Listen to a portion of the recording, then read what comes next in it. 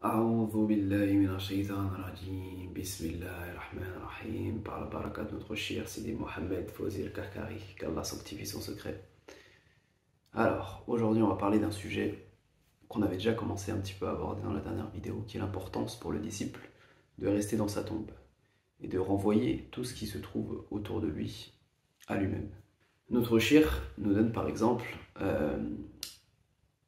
certains sujets, certaines choses qui arrivent dans le monde en ce moment, comme par exemple l'épidémie de Covid-19.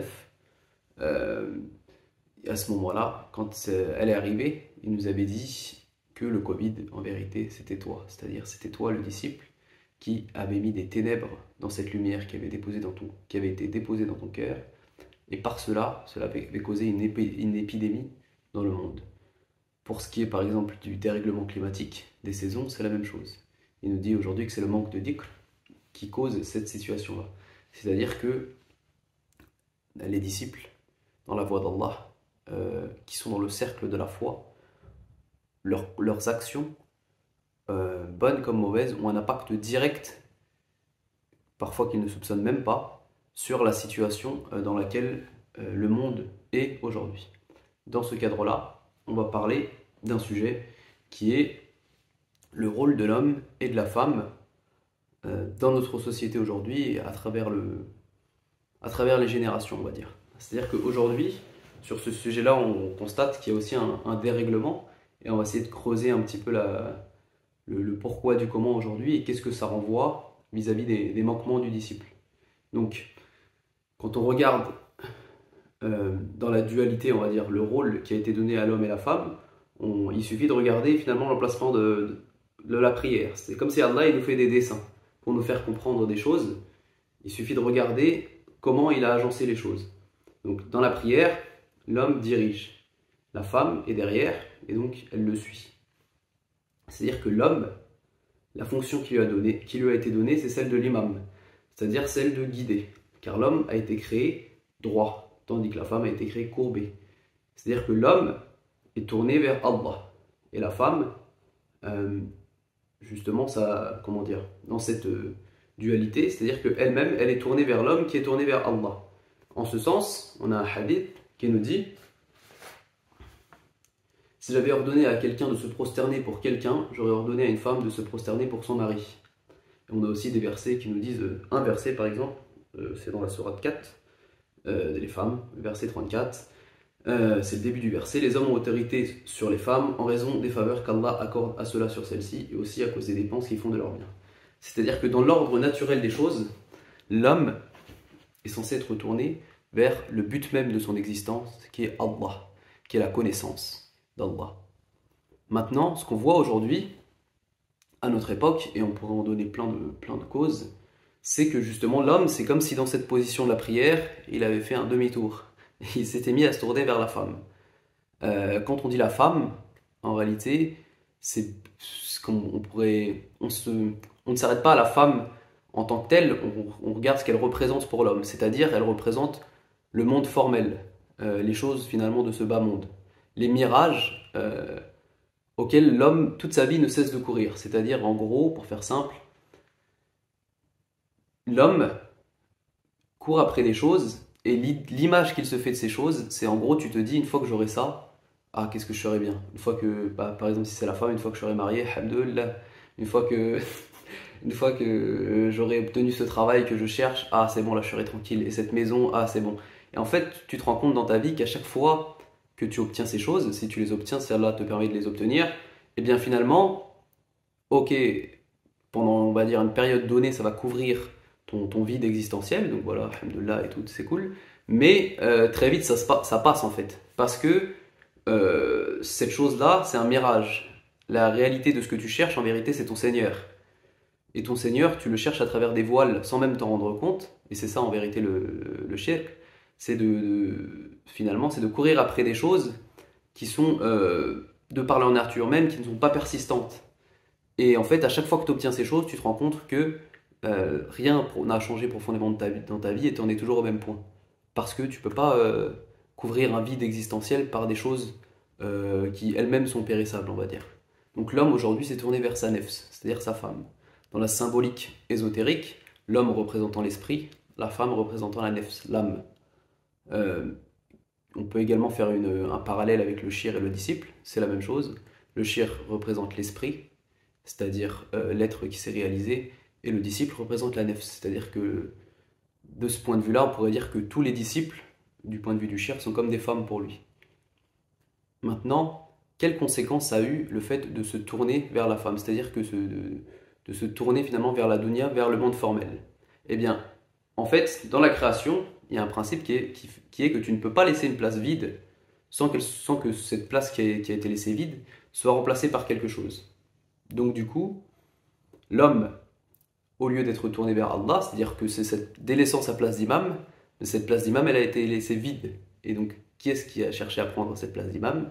Et c'est ce qu'on voit aujourd'hui dans notre société actuelle, et bien c'est tout simplement la femme. Le problème, c'est que ce n'est pas sa fonction, ce n'est pas ce pourquoi elle a été créée. Donc on a plusieurs hadiths en ce sens, on va en citer quelques-uns. On a un hadith qui nous dit « Jamais ne réussira un peuple qui confie la gestion de ses affaires à une femme ».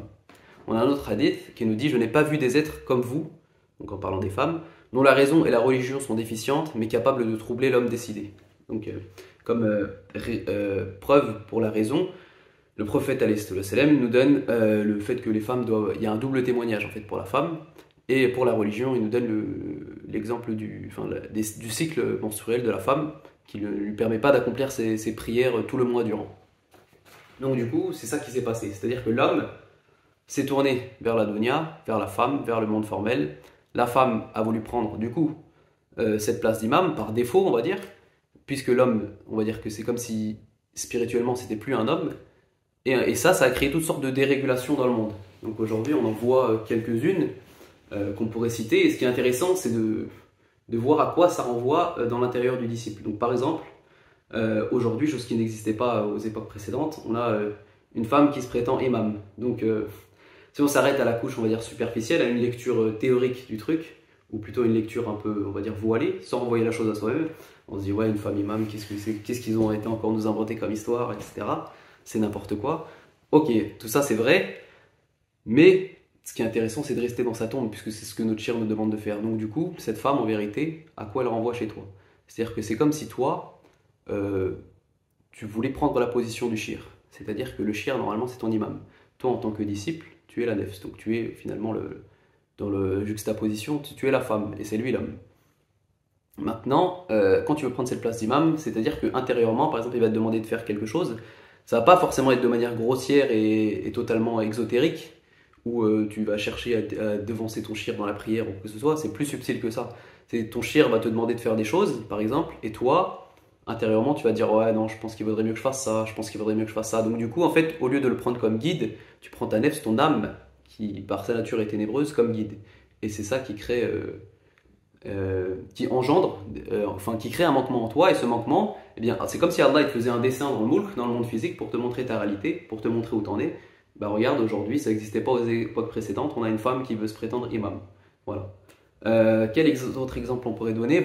Aujourd'hui, on a beaucoup de mouvements, sans rentrer dans les détails, dans les débats et tout, d'égalité homme-femme, de féminisme, etc. Mais en fait, quand on creuse, c'est des choses qui n'ont pas de sens du point de vue de la loi divine, puisque toute chose qu'Allah a créée a été créée selon un principe de dualité. Et donc dans la dualité, il n'y a pas d'égalité, en vérité, il y a une complémentarité.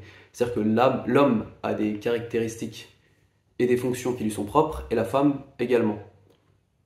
Donc ce concept d'égalité homme-femme, c'est la même chose. Si on regarde du point de vue ésotérique, c'est comme si le disciple se mettait à confondre ou à égaliser, on va dire, ce qui lui vient de son shir, ce qui lui vient de la lumière, avec ce qui lui vient des ténèbres, au point où il ne sait plus où il en est, et où ça ne fonctionne tout simplement pas, en fait, il est perdu.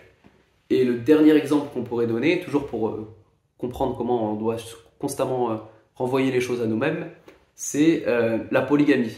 Voilà, bon, pareil, on va pas rentrer dans le débat, c'est pas du tout le sujet, mais ce qu'on voit, c'est que à la base, c'est un droit qu'Allah il a donné à l'homme, un droit inaliénable. Là, il y a un verset qui dit tu ne verras nulle nul changement à la tradition d'Allah. Ce qui est intéressant, c'est de voir donc qu'à notre époque, aujourd'hui, cette pratique qui est autorisée par l'islam, qui est un droit qu'Allah a donné à l'homme, elle est quasiment révolue. C'est pas tout à fait le cas, etc. Évidemment, il y a des exceptions, machin, mais on voit qu'aujourd'hui, c'est quasiment plus mis en pratique.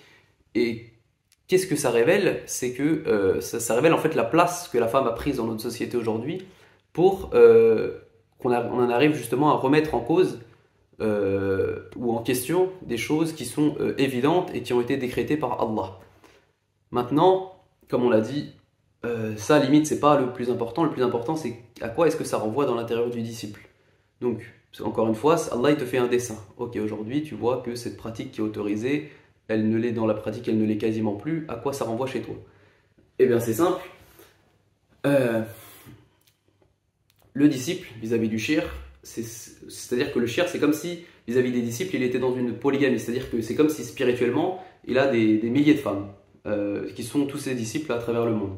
Toi, ce qui se passe, c'est que tu exerces une forme de jalousie vis-à-vis des autres disciples. C'est-à-dire que, au lieu de t'attacher à l'esprit, à la lumière, à l'entité, on va dire, spirituelle du shir, qui elle est constamment avec toi, pas seulement quand tu vas à la Zaouïa et que tu le vois voilà, une semaine ou 2 semaines tous les quelques mois, mais même quand tu es en France, même où que tu sois dans le monde, à tout moment, ton shir en réalité est constamment avec toi. C'est ce qu'on appelle le shir intérieur. Mais c'est toi qui n'es pas avec lui. Donc du coup, puisque tu n'arrives pas à créer ce lien spirituel avec ton shir, eh bien ça se manifeste par la jalousie dans le monde physique. C'est-à-dire que si tu vois ton shir avec d'autres disciples, comme une femme verrait son mari avec une autre femme, eh bien tu retrouves une jalousie en toi qui est viscérale. Tu es pris de jalousie, tu peux même avoir des mauvaises pensées pour le disciple, etc. Et tout ça ne renvoie en réalité qu'à ton manquement intérieur. Donc voilà, je pense que j'ai dit à peu près tout ce que je voulais dire. On va s'arrêter là, Inch'Allah, en espérant que ça vous soit profitable ou en tout cas que ça ait suscité votre intérêt. Subhanallah wa bihamdihi wa salamun ala al-mursalin walhamdulillahi rabbil alamin.